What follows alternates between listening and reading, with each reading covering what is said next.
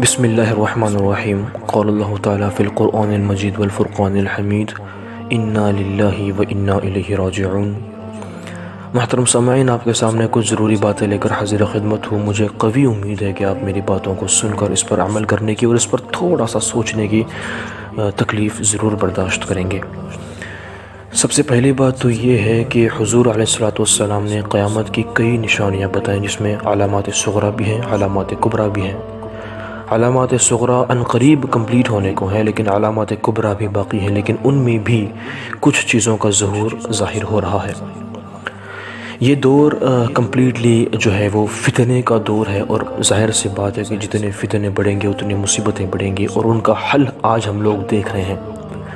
آج ہم لوگ دیکھ رہے ہیں کہ مسلمانوں پر کس طرح سے الزامات لگ رہے ہیں، کس طرح سے ان پر زیادتی ہو رہی ہے، کس طرح سے کچھ نہ کر کے بھی انہیں دہشت گرد کہا جاتا ہے اور انہیں دنیا سے ہٹانے کی بات کی جاتی ہے۔ اور آج کا مسلمان بجائے اس کو ڈیفینڈ کرنے کے، بجائے اس چیز کو کنڈیم کرنے کے، وہ اپنی عیش میں مبتلا ہے۔ خصوصاً وہ لوگ جو زیادہ دولت مند ہیں، انہیں چاہیے یہ کہ وہ دین کے لیے کام کریں، ان کو یہ چاہیے کہ وہ جو ہے وہ دین کی مدد کریں اپنے پیسوں سے، لیکن وہ اس طرف بالکل بھی نگاہ نہیں ڈالتے، بلکہ وہ جو ہے اپنے عیش کے اندر مبتلا ہے۔ عنقریب ان کا وقت آنے والا ہے اور وہ فتنے کے اندر مبتلا ہونے والے ہیں اور وہ ہلاک ہونے والے ہیں۔ کچھ لوگ اس بات کا دعویٰ بھی کرتے ہیں، ہم اگر کہتے ہیں نا کہ سعودی عربیہ نے فلاں کام کیا تو کہتے ہیں کہ بھائی دیکھو یہ بس ہم پر انگلی اٹھانے کے کام کرتے ہیں، لیکن حق کی بات تو یہی ہے نا کہ انہیں سمجھ آنی چاہیے کہ جس ملک سے ہمارا دین پھیلا، جو سینٹر آف دی اسلام ہے، اگر جڑ ہی کمزور پڑ جائے گی تو لوگ کیا، پورا درخت تو ایسے بھی کمزور پڑ جائے گا نا۔ آج دیکھ رہے ہیں کہ جو حالت، جتنا بدترین ماحول سعودی عربیہ کے اندر ہوا ہے، اس سے بدترین ماحول شاید ہی کہیں ہوا ہوگا، کیونکہ اتنی امید تھی ہمیں اس ملک سے کہ بھئی وہاں سے کوئی نہ کوئی آواز اٹھے گی، لیکن بجائے آواز اٹھنے کے وہ عیش و آرام کے اندر مبتلا ہے۔ بہت افسوس کی بات ہے۔ ریسنٹلی معلوم ہوا کہ سعودی عربیہ کے اندر جو ہے ایک بکنی بیچ آرگنائز ہوا ہے، جہاں پہ عورتیں جو ہے بیچ کے سامنے، جس طرح سے ابراڈ کنٹریز میں، ویسٹرن کنٹریز میں جس طرح سے عورتیں بیچ میں معاذ اللہ ننگی پنگی گھومتی رہتی ہیں نا، آج وہاں پر بھی جو ہے اس طرح کی بےہودگی ہونے کو ہے، نظر میں آ رہا ہے۔ یہ بھی معلوم ہوا ہے کہ ایک ہالووین سٹور بھی بنا ہے، جس میں جو ہے جوکرز کے، جس میں زومبیز وغیرہ کے جو ہے وہ ماسکس پریزنٹ کیے جاتے ہیں اور لوگ خریدتے ہیں اور لوگ جو ہے وہ انجوائے کرتے ہیں۔ ریسنٹلی غالباً کچھ 2.5 لاکھ لوگوں نے ایک فیسٹیول اٹینڈ کیا، جس میں گانے باجے ہے نا، آرکیسٹراز، ڈانس، سب کچھ ہوا۔ یہ جب باتیں بولنے کو ہوتی ہیں نا تو دل تڑپ جاتا ہے یار، یہ سوچتا ہے کہ یار تم کس طرف جا رہے ہو۔ ایک طرف تو یہ کہتے ہو کہ بھئی نمازیں پڑھو، روزے رکھو، اور دوسری طرف تمہارے آقا جو یہ کرتے ہیں ان کے خلاف کوئی لفظ نہیں بولتے۔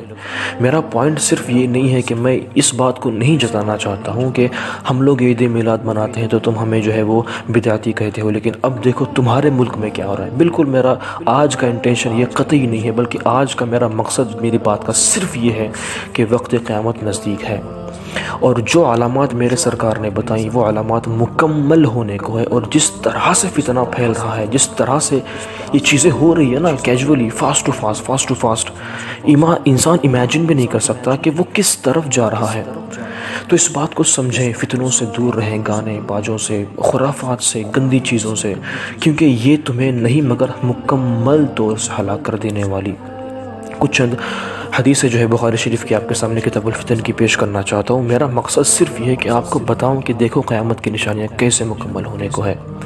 سب سے پہلے تو بخاری شریف کتاب العلم کے اندر حدیث حضور فرماتے ہیں کہ قرب قیامت، جب قیامت نزدیک ہوگی نا تو علم اٹھ جائے گا، جہالت عام ہوگی، شراب عام ہوگی، اور بدکاری بھی عام ہوگی۔ اگر آپ چاہیں تو جا کر دیکھ لیں، حدیث نمبر 80 ہے، 80-81 غالباً۔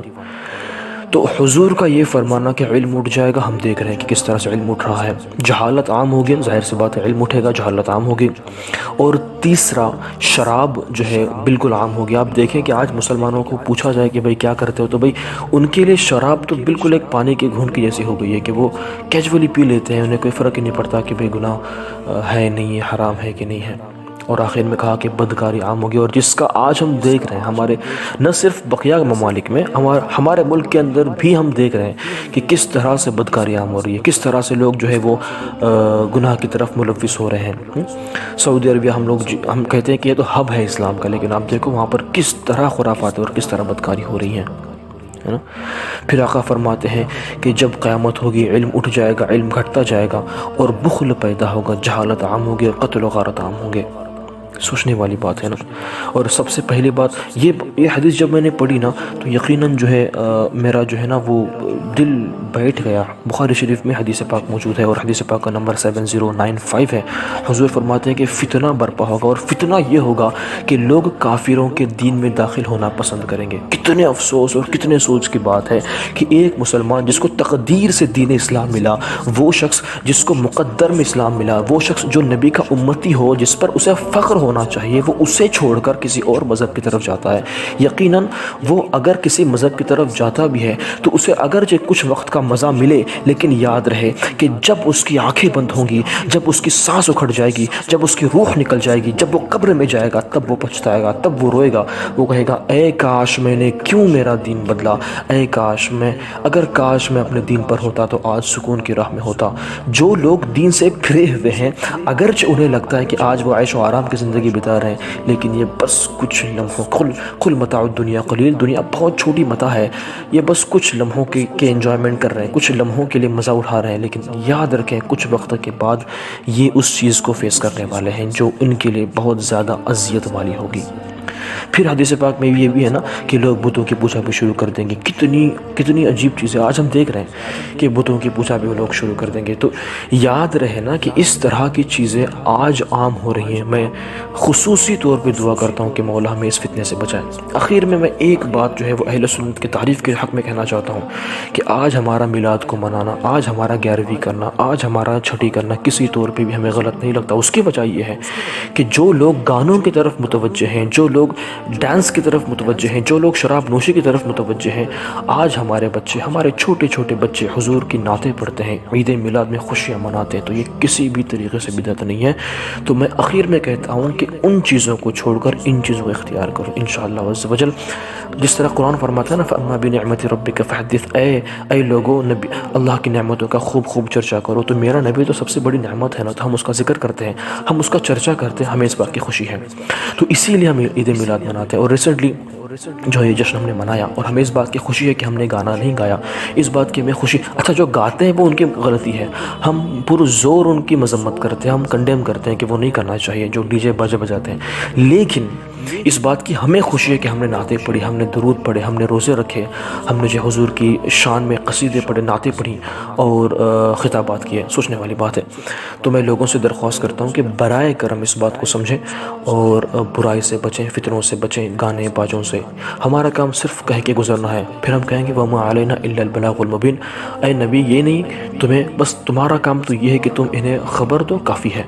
تو یاد رہے ہمارا کام تمہیں کھلی خبر دینا ہے، تم تک بات کو پہنچانا ہے، باقی تمہاری مرضی۔ تو اس بات کو سمجھیں اور اس بات کو عام کریں، اور قیامت کی نشانیوں کو مد نظر رکھ کر اپنی زندگی گزاریں اور فتنوں سے بچیں۔ اللہ تعالیٰ تمام مؤمن و مومنات کو ہر فتنے سے، ہر بلا سے بچائے اور حق راہ پر چلنے کی توفیق عطا فرمائے۔ السلام علیکم ورحمۃ اللہ تعالیٰ وبرکاتہ۔